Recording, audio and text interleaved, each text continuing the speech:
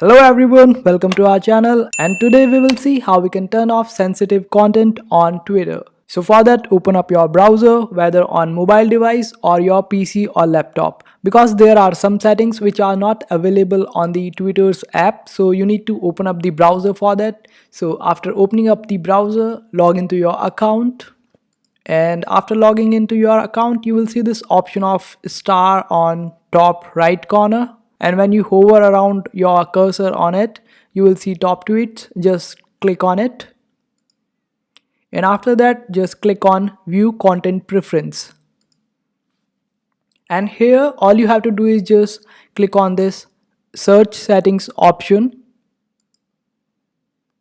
and here you go. You can hide or unhide sensitive content as per your wish. So when you tick this mark, it will hide the sensitive content from you, and if you uncheck this mark, then sensitive content will be shown to you. So let me check it again.